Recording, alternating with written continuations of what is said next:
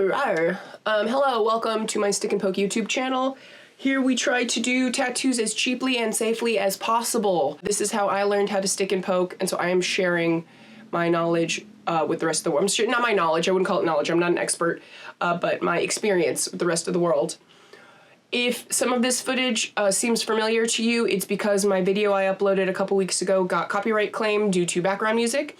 And instead of just removing that music and re-uploading the whole thing, I've decided to redo all the sound and tack on the extra footage of me finishing up this tattoo. If you're not familiar with my page, it's more of a vlog format. And so we go piece by piece rather than entire tattoo by entire tattoo. But this video will now be the entirety of my kneecap tattoo. So welcome. Also, if you did catch the tail end of my last video, we talked about how we chopped about half of my hair off. You might have noticed. We have now chopped off about 90% of my hair. It's fun. It's fun. Good times. I'll talk about it more later. Anyways, so if you use these videos as a tattoo along and you're just here to listen, I did redo all the over narration, so don't worry about that. It's fresh content to listen to. If you're here to watch how I tattoo, go ahead and skip like 3/4 of the way through the video because you've already seen the first like 20-25 minutes of this one. Anyways, thank you so much for your time. Have a safe and happy New Year's. If you're going to be poking, please be sanitary and safe. Take every possible precaution. You only get one dermis, folks. All right, here we go. Tattoo number 13. Let's finish this boy up. All right, and we're going from terrible microphone into good microphone. Hey everybody, how you doing? As I stated, we are re-uploading this one, but with some additional content onto the end of it. So for the first like 20 minutes of this video, repeat footage. This is about halfway through the tattoo that we're actually putting down today. It's Ka is a Wheel, which is a Dark Tower reference. We'll get back to that in a minute. But at the end of the video, we also talk about a new tattoo pen that I acquired. It'll be quite some time before I start using a tattoo machine on human skin. I'm going to fill up at least 3 sheets of fake skin before I start tattooing anybody. But just, it's kind of cool. That's going to be the next step in this whole project, is learning how to use a machine so I can maybe tattoo on other people, be a little bit more efficient with my process. If you're new here, we do a lot of time lapses. I like to emphasize sanitation. I feel like I say that every single video. But we like to try to encourage good habits. I'm not always on my game. I had somebody call me out on it recently. Some of my old videos, I didn't have gloves on when I was like pulling stuff out of drawers. But it's important to use alcohol and everything to sanitize stuff. Right now, I'm just like cleaning up my station in between tattooing days. I'm just making everything like cleaner because I only tattoo about once a month. And my station can get a little bit dusty. This is like my work room that I do all my projects in. I prefer to make my ignorant style sleeve, all of my own doodles and stuff like that. This is based off an image from the Dark Tower series. It is supposed to represent Ka is a wheel. Ka is sort of, well, let's say the Force, like the equivalent of the Force, or destiny or something like that. And it's what brings all of these characters together. I added a dragon to the design as the outside of the wheel because my first Stephen King book that I had in my hands and read myself was The Eyes of the Dragon. My mom used to read Stephen King to me as a child. Might explain a few things. Rather than like fairy tales or something like that, my very first story that I remember her reading me was Green Mile. So this particular image is a concept for a larger tattoo I would like to get in the future. It's of my friend Miles as Roland in the Dark Tower series. Here's the flash sheet that we're going to be putting together today. It's a lot of different images that could be used as filler within my leg sleeve. I already have about a dozen tattoos down. We're going to be putting down lucky number 13 today. So what I like to do is use a light board. If you don't have like a light board, you can use a sunlit window and just tape everything up. But I will draw a bunch of images together, and in order to avoid erasing, because every time I use an eraser on a piece of paper, I end up crumpling it all up, I will just get a fresh sheet of paper, set that over my flash sheet, and just ink right over, so you don't have to worry about anything. I don't want any crinkles in my paper because this has to go through a printer, and I just want it to be as smooth as possible. I should have maybe taped all this down to make my life easier, but I didn't. that raven that we inked in the first place is going to be the next tattoo that's going to be going down. So look forward to that. I'm not 100% sure if that's going to be pokes or if it's going to take me a while to sit down again to tattoo myself and I'll end up using a machine by that point. It's going to go right above where this dark tower is right now. We've got like a Japanese June beetle, more skulls because you can never have enough skull tattoos. Like that's the one thing. Like redundancy in tattoos is kind of cringe, but skulls can't go wrong with skulls. But yep, all kinds of weird images. Got the weird little pony eating its tail thing that I end up using as practice for the tattoo pen later on. I don't know who he is. I don't remember where he came from.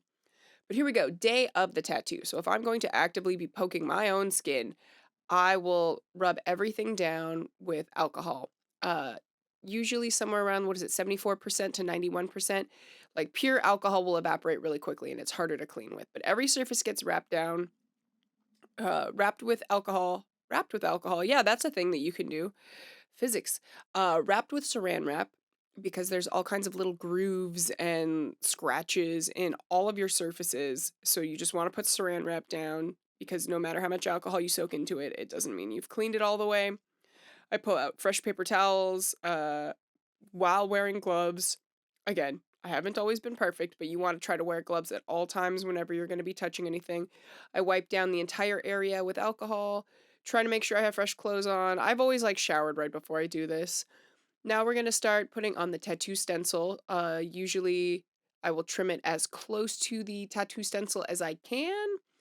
It might be better to leave yourself like a little edge to like grab onto, but sometimes it's hard to see through the the carbon paper, the onion sheet. Well, actually, so this is a mistake. If you haven't watched all my videos, we've talked about this in the past. I used to print my stencils on the quote unquote onion sheet, which is that disposable loose sheet that comes in the carbon paper in between because it's transparent and I liked it because I could line up my tattoos much more easily because I could see through it. But that's already kind of dirty just from shipping. So most professional tattoo artists will actually use the clear sheet. I've gotten in that habit, but it is harder to see through. Here's some stencil peel. I used a Sharpie to mark out everywhere I want it to go. I've actually, like with all of my previous tattoos, I put this down on multiple occasions and I just did not like how it was sitting. If you are trying to put a tattoo down, you want to make sure you clean. If you don't like the placement, clean it off by the time it dries, and it'll dry within 5 to 10 minutes because you cannot get it off otherwise. For my very first sitting, we just used a 5 round liner and a 7 round liner. We were mostly just going to get the outline down.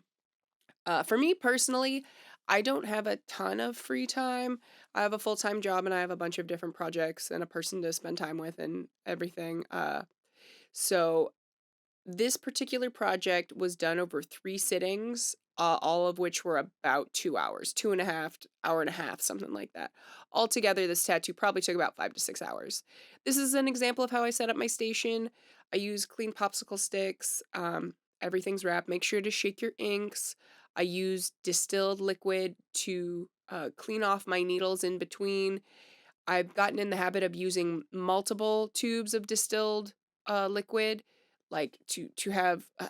Long story short, I get soap and ink and balm on top of my tattoo ink, and after a while, it's not really going into the skin as well because it's not so much ink on my needle, but it's other junk.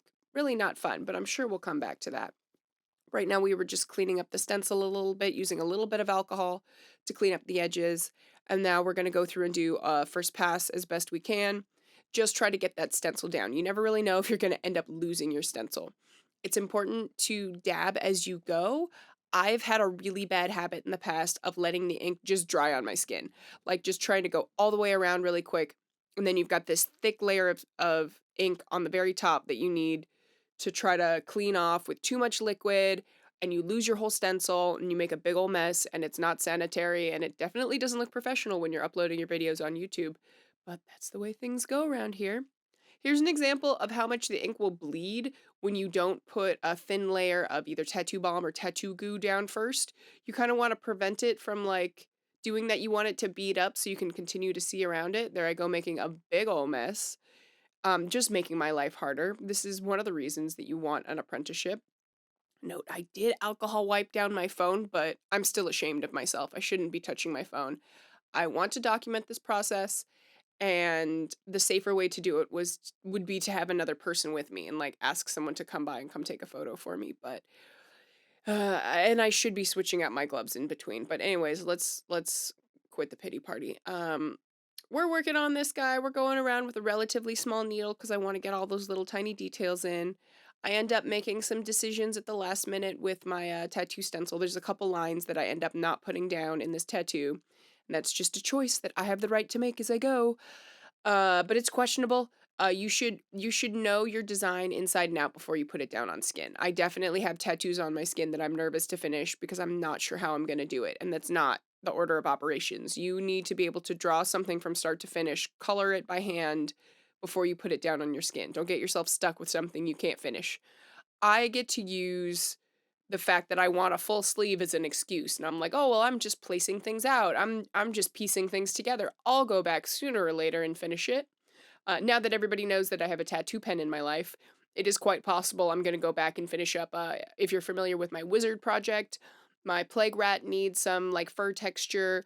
My tombstone that my skeleton is holding needs a lot more work. So now that I have a machine, it might be easier to get to those like uncomfortable to reach places by using it. I'm really conflicted about whether or not I want this leg sleeve to be all hand poke. Like maybe I'm like, machine will go on my right leg and hand poke will be on my left leg, and I'll just fill up both. There are plenty of times where I think about how strange is it that I'm only tattooing my leg. I could have arm tattoos, I could have more tattoos, but we're taking our time. It's been 2 years, but we're still taking our time. Here's some progress shots just as we're going along. As I mentioned earlier, didn't make it all the way through the tattoo on the first day. There's actually sort of a reason for that. Like I said, I have stuff going on in my life, but I did have plans this evening. Ended up going to a really cool bar called Strong Water in Anaheim, California. That's like a rum bar. It's like the ultimate tiki bar. You should look up photos of it. It is very cool. I also run into an issue pretty frequently where my skin's very sensitive. In past videos, like with my avatar one, I think my very first sitting, I was sort of blaming using textured needles, but the reality is I have bad shaving habits. I've been corrected in the past to shave like with the hair, not against it. I also have realized I've been using very cheap razor blades. And I wonder if this is a problem in some tattoo parlors where people have to tap out early. What happens when you use a cheap razor blade before you tattoo something is you massively irritate the skin and it becomes very, very sensitive. And the way I know is when I would put the green soap down, which has a small percentage of alcohol in it, that would hurt more than the tattooing. That would sting more than the tattooing. When I sat down for one of these sessions, I also shaved down another tattoo, the last one I did, the Heffa bead that's on the outside of my leg. And that ended up hurting just as bad, and it wasn't getting tattooed at all. So I realized that a lot of your stamina is burned. All of those endorphins are burned up by how painful it is when alcohol hits that raw skin. You don't want to do any unnecessary damage to your skin if you can help it. Really, really good habits to get into if you are planning a tattoo, whether you're going to do it yourself or whether you're going to have someone else tattooing you, is to exfoliate your skin, pre shave your skin weeks or days in advance so that your skin can adjust to being shaved if that part of your body has never been shaved before. Really good idea to pre shave. Keep that part of your body nice and moisturized so it's easy to stretch, easy for it to like take that ink in. Just do everything you can to help the tattoo. You'll be helping yourself in the long run with the healing process. All right. So back to what we're working on currently. We're sort of focusing on the bottom. I was using a Bactine spray, which was pretty interesting. I've seen other YouTubers and tattooists talk about how it'll take some of the sting out, but I'm not a fan because of the way it sprays. It reminds me of my mother trying to clean out wounds, like scraped knees and elbows when I was a kid, and just it sprayed too hard and it hurt. So you can use Bactine in a pinch if you don't have green soap. It's an okay alternative. I don't really prefer the way it disperses. It sprays really hard. It's hard to sanitize the container. So it's not your first choice, but if you're going store brand, you can do that. All right. So a couple weeks later, we sat down again. Here we go, setting up the station, being sanitary, wearing gloves, saran wrapping everything after rubbing it down with alcohol. Very exciting stuff. I know you're completely thrilled and engaged by this content, but I really want to emphasize you do not want any pathogens getting into your skin. You will feel like such an idiot. This is why so many people are die-hard tattoo parlors only. Only go to a professional tattooist. Do not get tattooed in your home. That's a great way to live your life, and I wish I could afford it. I wish I could afford to go get someone else to give me a sleeve, but that's not the life I have, and I want a sleeve, and so we're making it happen. You just saw I kind of shaved down one of my other tattoos there, filming a little bit of a time lapse of myself, trying to get different angles. That influencer life, am I right? Another experiment we did this time, I talked about using Bactine. I usually like to use that large container of tattoo balm that's Dragon's Blood, I believe, is the brand I'm pretty partial to. I just impulse purchased it once to try it, and I keep going back to it, maybe just because it's what I know. But I decided to get a small tube of tattoo goo as well, which is the one most people have heard of. Now, what's really nice about tattoo goo is it's very easy to get that thin layer, that layer that you need to prevent the ink from like running everywhere and making it hard for you to see what you're doing. But I don't quite feel like it moisturizes as well. It's a little bit runnier, it's a little bit more liquidy, but to each their own. It's probably good to try. If you're only going to do a couple of these, if you're only going to do some small tattoos, that little tiny tube of tattoo goo is going to do you fine. I know I'm going to continue doing this over the years, so I get those larger containers of tattoo balm. Here we go into the second pass. We are using, I believe we're also using like a 7 round liner again. We might have put on a larger needle to sort of fill in all that empty space. We do have to start making some progress on this guy. I have worked in the past with super large needles, like 14 round liners, and sometimes with the angle I'm going at, I feel like a lot of those needles are wasted. Most tattooists, I find, like to use magnums, which means that they're sort of in a long line and you can be a little more uniform instead of just wildly poking like I am with a round. Uh, Also, a lot of stick and poke artists like to use shader needles for lining and liner needles for shading. The liner is more tightly packed and it's going to give you like darker circles. Oh, oh, we had a cat. We had a cat come in. I forgot about that. I think I forgot about this the last time I did my over narration too. Aki is so used to coming up on my lap when she's cold. She wants to come hang out. She wants to come be part of the party, but she can't when we're all saran wrapped up. And I don't even know why she tries, but it was pretty cute. She just wanted to come be emotional support. She probably heard me going, ow, ow, ow, ow, or something, and wanted to come be nice. So this was a day that I did want to finish it all up, but due to bad razor blade habits, I had to tap a little bit early. Again, after about 2 hours of tattooing, we did as much progress as we could, but we took a little bit of a pause after tattooing a while and let it heal back up. Um, yeah, I also tried wrapping my grip in saran wrap, like I had a commenter suggest. It does make it harder for me to switch out my needles, though. That's not a good, like, reason to not be sanitary. At this point in the video, I'm going to show you guys how I wrap it before I go to work. If it's a brand new tattoo and I'm about to go to sleep, what I'll do is I'll just use a bunch of flex tape over it. But if I have to like go walk around and live my life, I will get a piece of clean paper towel or some like cotton and get it as thin and exact to the tattoo as I can. And then just grab a little bit of like medical tape and attach that down on the edges. This just keeps like my work uniform from irritating the tattoo, but that way it's not super bulky. When I do the flex tape wrap overnight, it'll stay when I don't bend my knee. But if I was to walk around with a bunch of flex tape wrapped around my knee, it would all roll up and stuff. And none of this stays forever. It'll stay for a few hours and it'll help make a difference, help keep irritation down. The less irritation, the quicker you're going to heal, the sooner you can hop back into your project and finish it back up. So, very exciting stuff. This is my daytime wrap. You are welcome. You probably could have figured this out on your own, but just in case you were curious how I do it. So, here we are cleaning it a little bit. In the healing process, it's good to give your tattoo some airtime. So, if you've just gotten out of a hot shower or something like that, let it air. There's Soju. If you've seen my previous videos, that's my partner's dog, Soju. Um, Let your tattoos air dry a little bit, maybe 15, 20 minutes, an hour, however long you can let them air dry, and then put a very thin layer of that tattoo goo or tattoo balm down on top of it. You do want to keep it moisturized. That'll also help keep it from flaking, keep it from being super, super itchy. But number one thing, let it air. If you soak it in solution, it's not going to start healing and it might be even more unhappy. So here we go. We're going to take a little bit of a break. We are in between days. And this is originally where my conclusion was going to be in the video. We're going to see some of the cute pets. You can skip to this time point if you want to skip right back into the tattooing.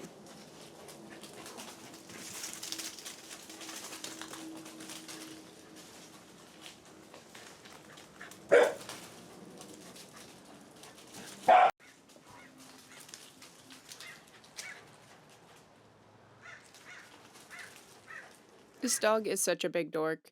Anyways, I like my backyard. It's my nice little safe space. Soju will sometimes keep me company back there, chase off the squirrels for me and whatnot. Here we go. It's been a few days. We're kind of healed up a little bit. We're checking out how it looks because there's better light in the backyard than there is in my little cave. It's looking all right.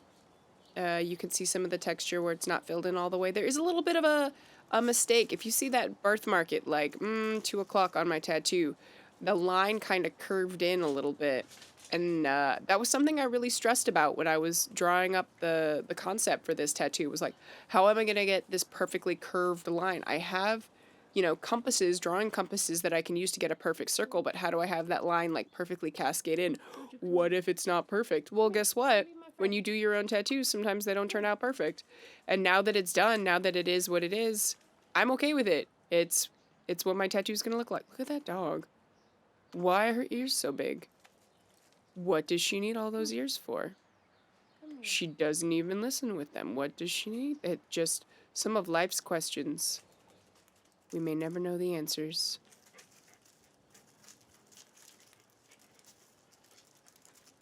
An attempt is being made to leash train Aki Paki. It's easier on the days that Soju's not in the backyard.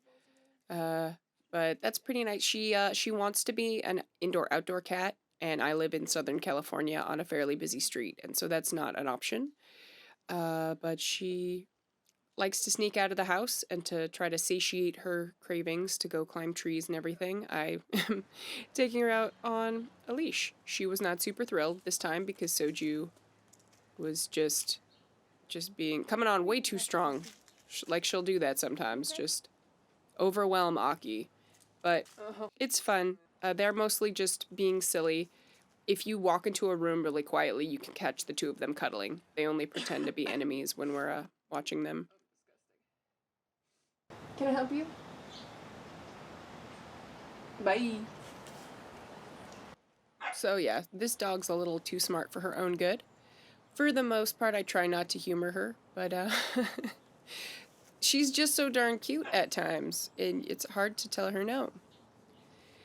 So I'll get up in a moment, and I will just prove to myself that all she wants from me is to let her in and out. Not just open the door and allow her outside. She wants the door to be opened for her. For she is royalty. She knows. She's seen the documentaries. She knows that corgis are English royalty. Are you happy now? Will you leave me be? Spoilers. Please. She will not. You think you're funny. I think you're smarter than me. She might be smarter than me. Alright, so if you are reoccurring to this channel, this was haircut number 1, I think? Haircut number 1. So this was my first sort of extreme thing I've always had silly long hair all the way down my back. That's just kind of been my look. I cut it about this length once about 8 years ago, but this time we tried an undercut. I have really coarse hair on the bottom, and if you know about Wasteland, which I went to a couple months ago, I really wanted to try a side shave. And because of how tangled my hair gets on the bottom, we decided to start with an undercut, gave that a shot. And I wore my hair like this for about a week. And to be honest, when I was at work, it was driving me crazy. It was really heavy. When my hair was even longer, the weight would hang down on my back. And at this length, it just hung off my head. And I have a very delicate little neck. So we end up changing it a little bit more. I have always been known for my really long hair. I just, Don't know why, I've just never really liked haircuts, and it just sort of became a personality trait for a long time.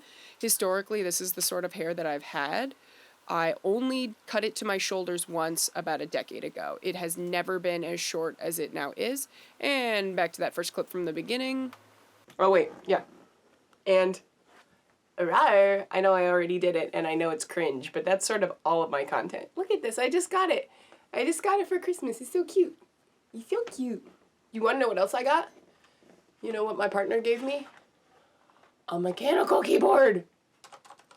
So yeah, there are a lot of factors in why I decided to cut my hair off. At the end of the day, it's mostly just to make my life easier at work and to start appearing more androgynous.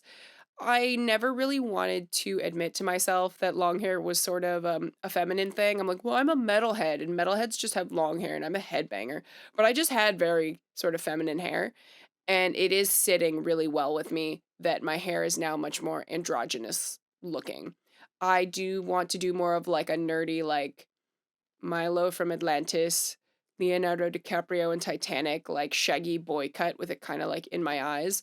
But for now, having this like A cut bob is giving me something to play with.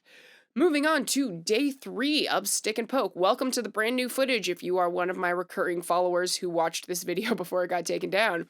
Here we go, finishing up that tattoo. I am sanitizing everything. 3 guesses what liquid you use and what solid you use. That's right, alcohol and saran wrap. We're going to try a top-down footage. I really like how this angle looks, but I often bump the tripod. It's on the table that's behind me. So, use some petroleum jelly to keep all your stuff secure and in place. That way you can avoid spilling your ink cups. I'll prep a bunch of ink cups so that I can throw them away as I go if they start getting gunked up. I figured I'd be sitting down for a while. I used a few different size needles this day. I think the one on my black reusable grip is a 9-round liner.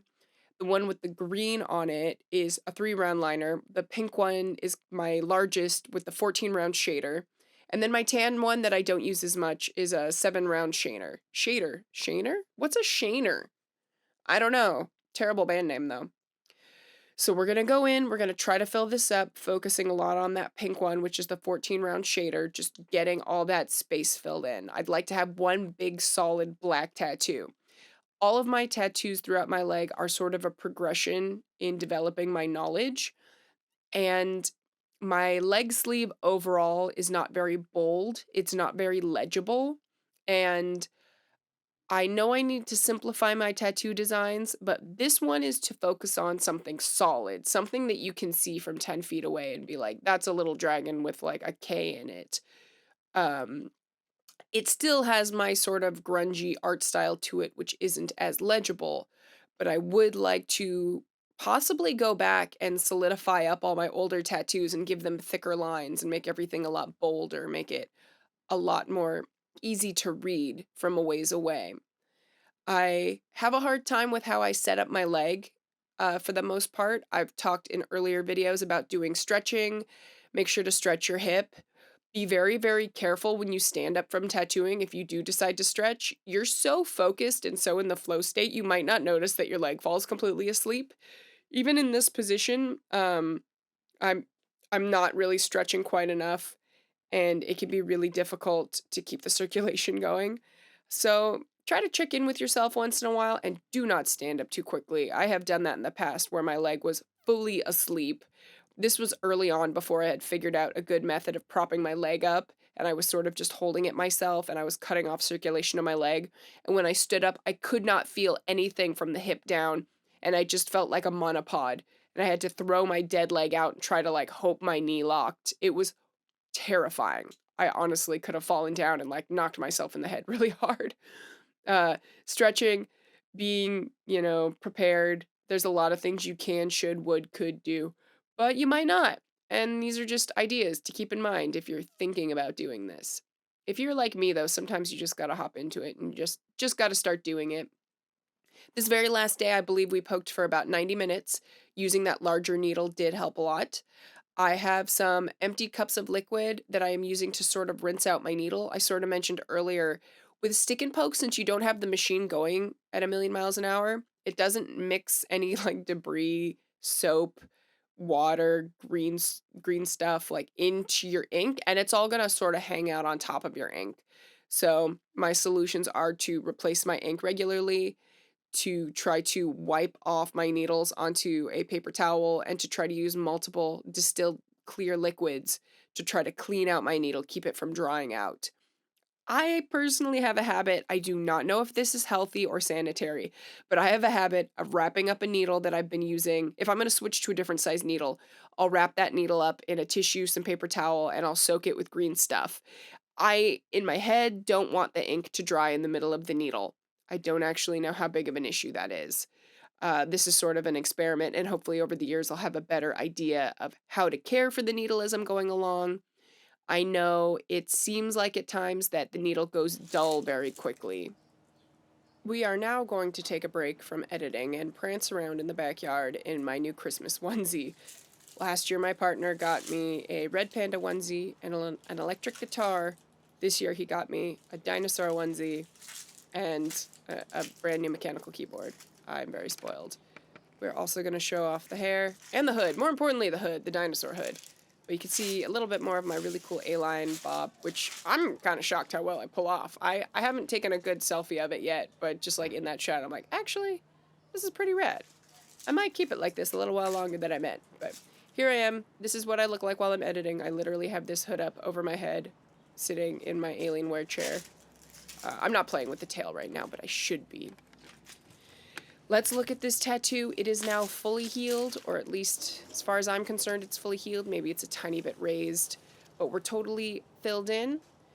It has settled out a little bit. All tattoos will thicken, settle a little bit. Okay, there's little bits you can see near the top that are thin. You can see some texture going on there. I personally don't mind. If this tattoo was on someone else, then I would mind. I would want this to look more professional than that. Here we go, Aki Paki, thinking, this is the escape face. She's thinking about escaping, but I'm standing on the outside, so she cannot.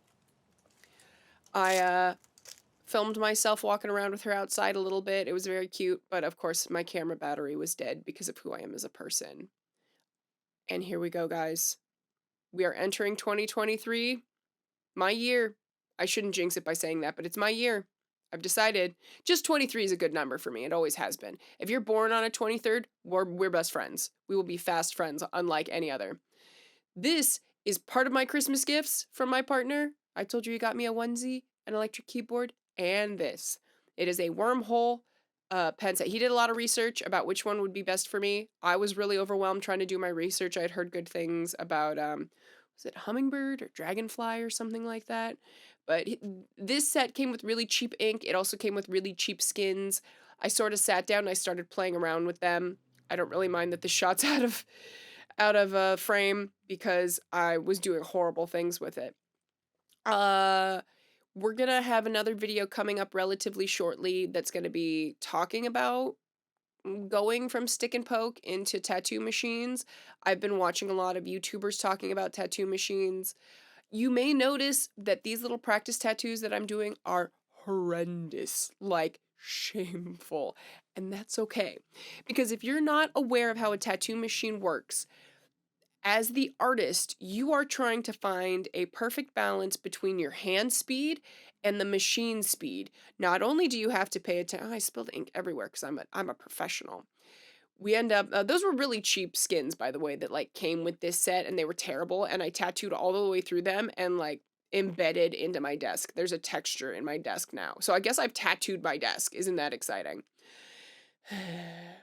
With a tattoo machine, you have to learn the correct depth, which is something Stick and Poke has been teaching me. But you also have to learn voltage, how that affects the speed of the machine, and how to do a good speed of machine to hand speed.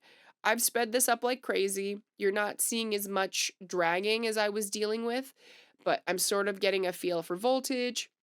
I feel like I'm going to do really cool things with shading in the future.